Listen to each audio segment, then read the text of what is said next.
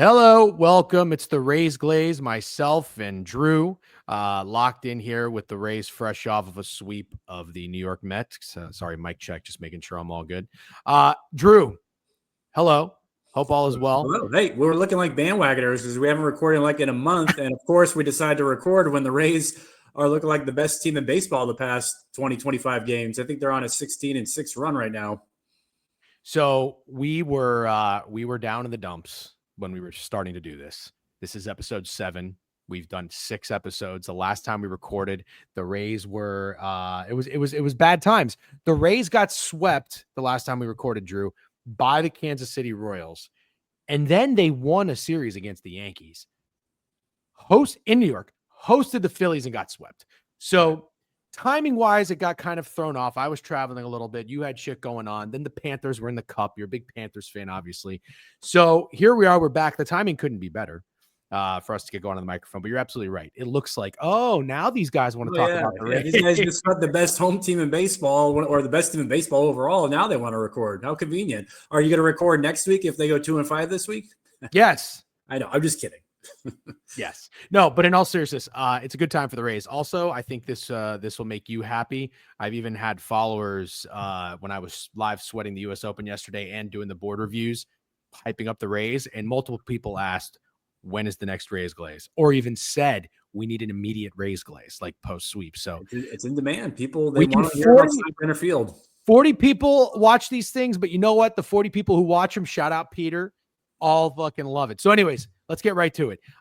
Drew, take us back. Game 1 of the New York Mets series. Yeah, I'm glad you're starting there because I think Friday night, and I'm a diehard Rays fan. Out of all the sports teams I follow, I probably follow the Rays closest, live and die with them the most, more than any other team.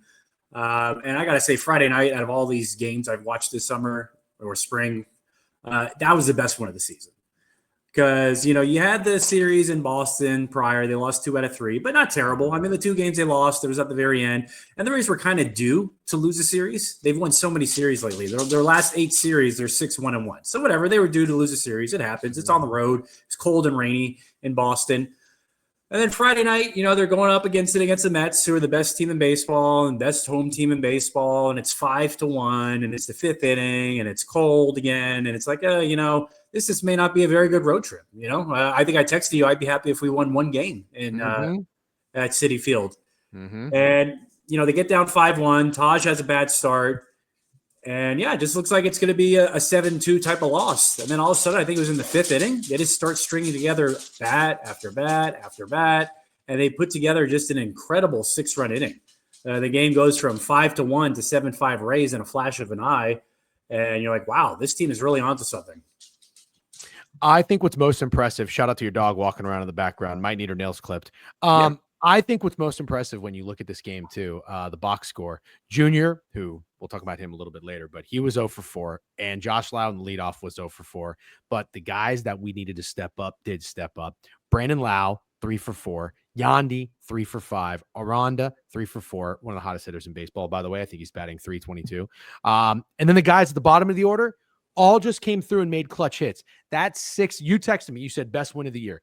That's 6th inning. Anytime your team comes from behind on the road, no matter what game of the season it is, it's just a really, really good win. But this one felt especially good. Especially down 4 runs. If 4 runs going against the best team in baseball, that's especially special. It's not coming down back from 4-2 against the Angels or something. Absolutely. But also, this is what I personally love. This is who came through in the clutch with big hits. Jake Mangum, unbelievable. I mean, I love this guy. I mean, in my opinion, he should be a Ray for life. Caballero, grounded out to shortstop, but another RBI. Misner, who has not been good at the plate, huge RBI single. And then our guy, who we've never, ever wavered on, Danny Jansen. Yeah. We've never, ever criticized Danny Jansen. Well, listen, Danny Jansen, he literally started his Ray career, I think, 1 for 32 or something. Yeah. And if you could just eliminate that from his average, he's been great. That's still kind of weighing him down with hitting like 200 or so. But if you take that away, he's been fantastic. I mean, he makes fantastic blocks at the plate, like balls that should have been passed. He blocks. He does a good job calming down the pitchers when they're getting a little rattled. And he has good at-bats, and he hits the ball to the warning track all the time. I think he has 5 home runs on the year. He could easily have 10. He's kind of robbed of so many home runs at Steinbrenner Field. So nice to have a little pop in the bat from a catcher for once. Well, that's also something that you and I had been talking about, because this is probably the most I've watched the Rays too. And it kind of sucks because I don't know what fucking channel they're on when they play the Mets. And unfortunately, I didn't go to a game Friday night. I put a poll on Twitter. I said, when a 3-day weekend best baseball series, what's the best time to go? Friday, 7 p.m., Saturday, 4 p.m., Sunday, 1 p.m. The consensus was Saturday at 4 p.m. The weather was the best Friday night, but I was like, I'm not going to go to a game at fucking 7 o'clock, get home at 10:30 from Citi Field. I'll go Saturday or Sunday. The weather was miserable. I think Saturday's game got delayed. Sunday they ended up playing, but it was misty all day. It was cold. It was gross out. But the Rays coming through like this, also with Taj Bradley, who we didn't talk about yet, coming through in a late inning rally like that in the 6th inning was like, also when you see teams in baseball, they get hot and then they get cold. You said it, like they've been winning series. It's kind of time for them to cool off a little bit. This was just the kind of spark from guys that we really needed it from. And Danny Jansen, this is the beauty of doing these shows and watching the Rays this much. We saw his at-bats get better and better and better. And this motherfucker hitting ball to the warning track consistently. It's like, okay, he at least doesn't look like fucking Taylor Walls up there. Hey, Taylor Walls has been fine lately. I know. Taylor Walls has totally been fine lately. Totally been fine. But anyways, I do want to ask you about Taj. So Taj, 4 innings, 4 hits.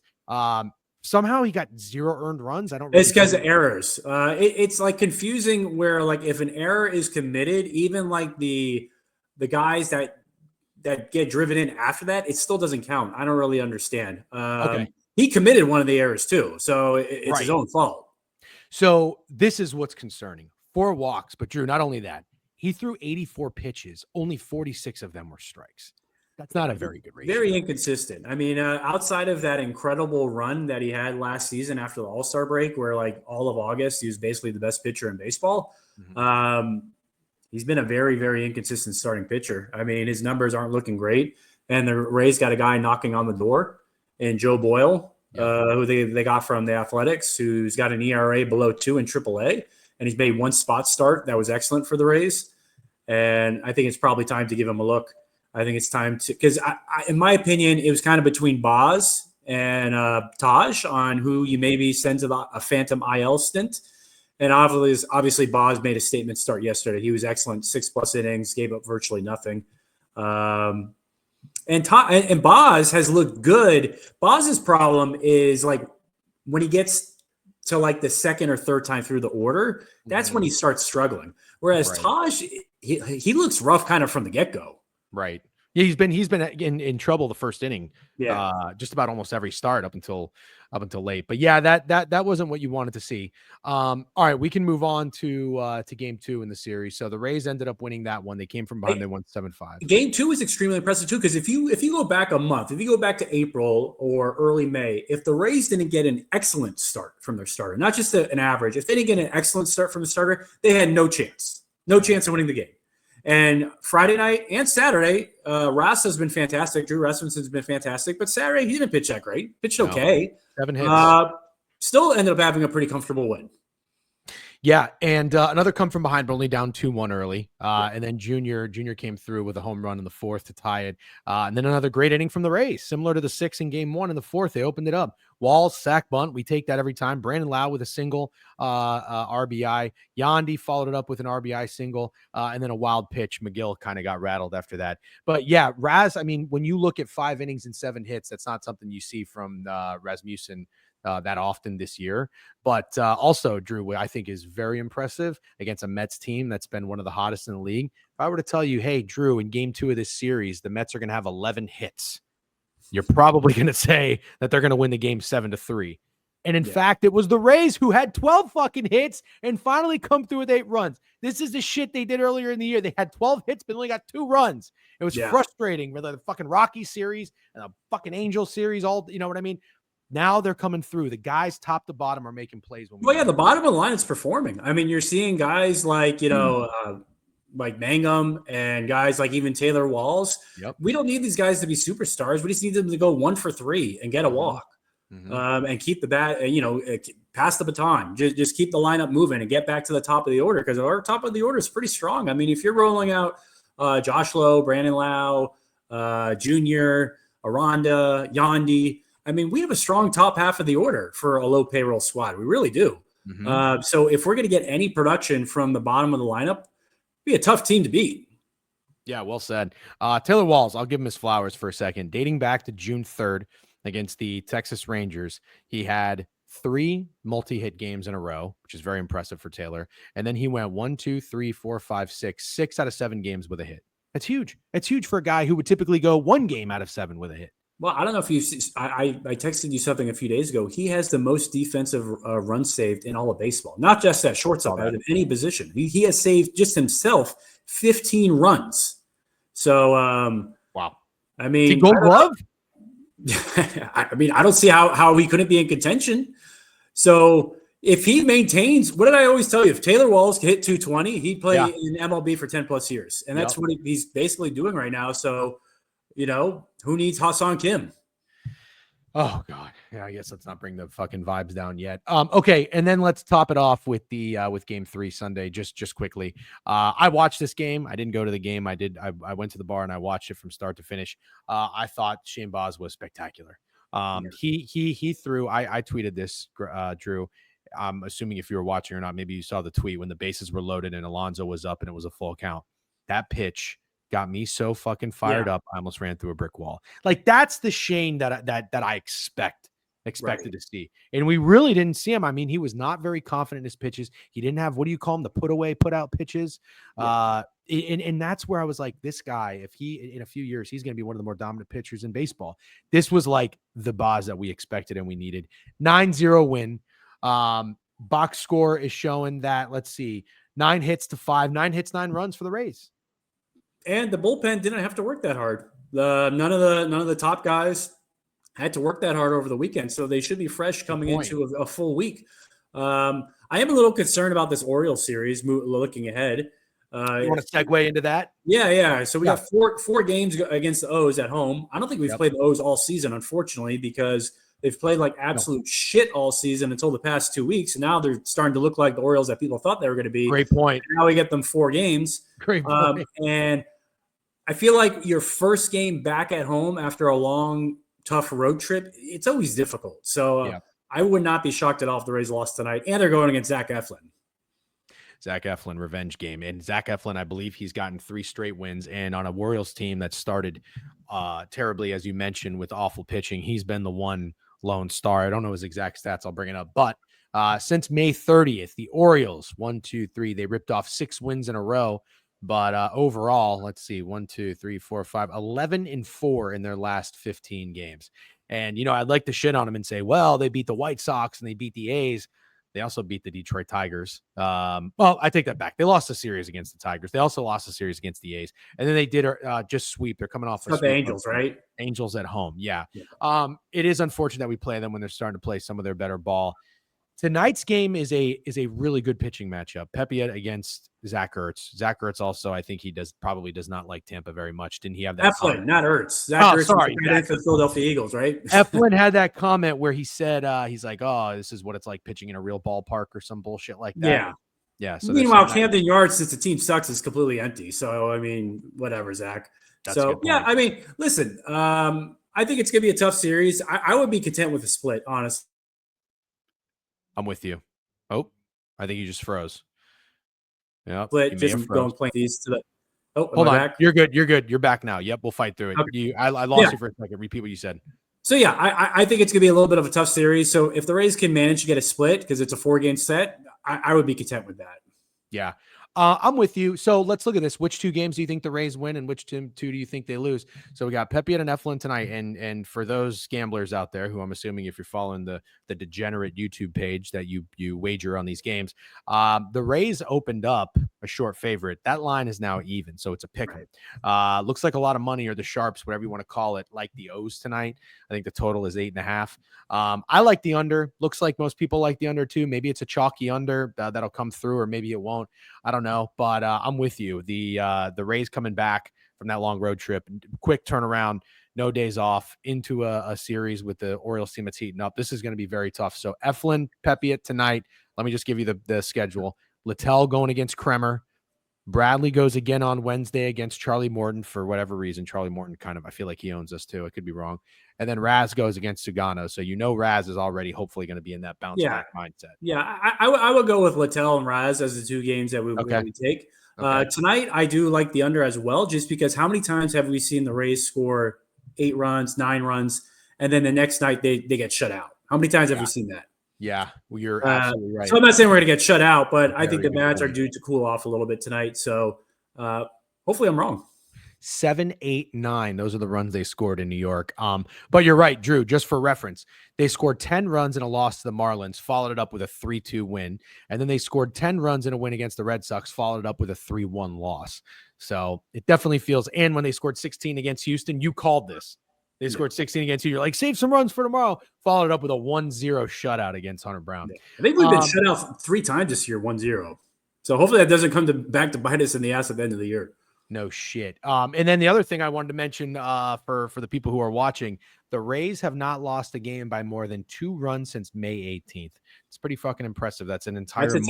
That's a testament to the pitching just being outstanding and the bullpen constantly keeping them in games, because there are so many games where, maybe the starter isn't great. Mm-hmm. He finds a way to scratch and give you 5 innings, and then the bullpen just keeps you in the game. Maybe you're down 5-3 and bullpen gives up nothing, and maybe you don't end up winning that game, but you at least make the other team use their bullpen. So yeah, good point. There's definitely something to be said when you're playing these 3-4 game series, that even if you end up losing the game, you at least want to make the other team have to work and use their top relievers. That's going to help benefit you, and probably why the Rays are winning so many of these series. Very good point. If anybody's interested about tonight, there is some familiarity with the Rays going against Eflin. Taylor Walls, Drew, 3 for 8 against Eflin with a home run. Morel's also pretty good off of him. Morel never plays. I can't even think last time Morel played. I have no idea, actually. He's 3 for 6 off of him. Yandy's 2 for 6. And then if you look at the stat nerd stuff for like barrel percentage and hard hit rate, Junior doesn't have a hit on off of Eflin, but he hits the piss out of the ball off of Eflin. So it'll be interesting to see how we go. Yeah, Yandy got a day off yesterday, so that was nice. So I expect him to be in the lineup and fresh today, because some people were a little concerned Yandy was maybe hurt. Saturday, when he dove into home plate and got called out, he kind of came out grabbing his arm a bit. He stayed in the game. And then when he wasn't in the lineup yesterday, people were a little concerned. But Cash supposedly said he's completely fine. It was just a day off. So hopefully, fingers crossed, he's in the lineup today, and he really is fine. Because I feel like sometimes the Rays are very misleading with their injury reports, because, we were told originally Shane McClanahan, a month or two. God knows when he's coming back. Hassan Kim, supposedly he's going to be back in early May. He God knows when he's going to come back. So the Rays are a little misleading with their injuries. Yeah. So I'm looking at the AL East. Let's talk about the standings real quick, and then we'll wrap it up here in a few minutes. We were shitting on them earlier when we were doing these episodes. Now, fast forward, and we're 70 games into the season. The division has woken up. The Blue Jays are pretty hot. They've lost 3 in a row, but they did just get swept by a Philadelphia Phillies team. Right. So we'll give them a pass there. They're 38-33, 5 games over 500. The Rays are in second place, 39-32. The Yankees kind of cooled off. They're 5-5, although they did just they just got swept. Outside of that sweep, they've been, I got to give the Yankees some credit. I know they just got swept. Go ahead. I did not think that they were going to be this good this year. Yeah. I was dead wrong. I was absolutely wrong about the Yankees. I don't really know how they're doing it. I guess, just obviously Judge is like the best baseball player ever. Yep. But, they're getting contributions from guys that I was not expecting to step up like they have. Trent Grisham, Austin Wells. Yeah. Paul Goldschmidt's been great. Rodon has kind of been proven his contract's worth. Yeah. The Yankees have been excellent. But even though the Yankees have been excellent, the Rays are right there, 3.5 games back. Sure. The Red Sox. So we got to talk about them for a second. They're 8-2 in their last 10. They've been pretty hot. They're over 500 finally. And then the Orioles 30-40, but they're 6-4 in their last 10. They're waking up. So Boston traded Rafi Devers, Drew, and I'm just curious. Do you think that this is a move? I mean, the fans are pissed. People are like, "Why would you do this? We just swept the Yankees. The team's finally getting in a groove." Yeah, timing's bizarre. Timing's very bizarre because the team has not looked any better than they have all season. I mean, like you said, they're on a good run. They took 2 or 3 from the Rays, who were one of the hottest teams in baseball. They just swept their biggest rival in the Yankees. The vibes are good. They're back above 500. I mean, how far back they are in the division is not like overwhelming with how much season is left.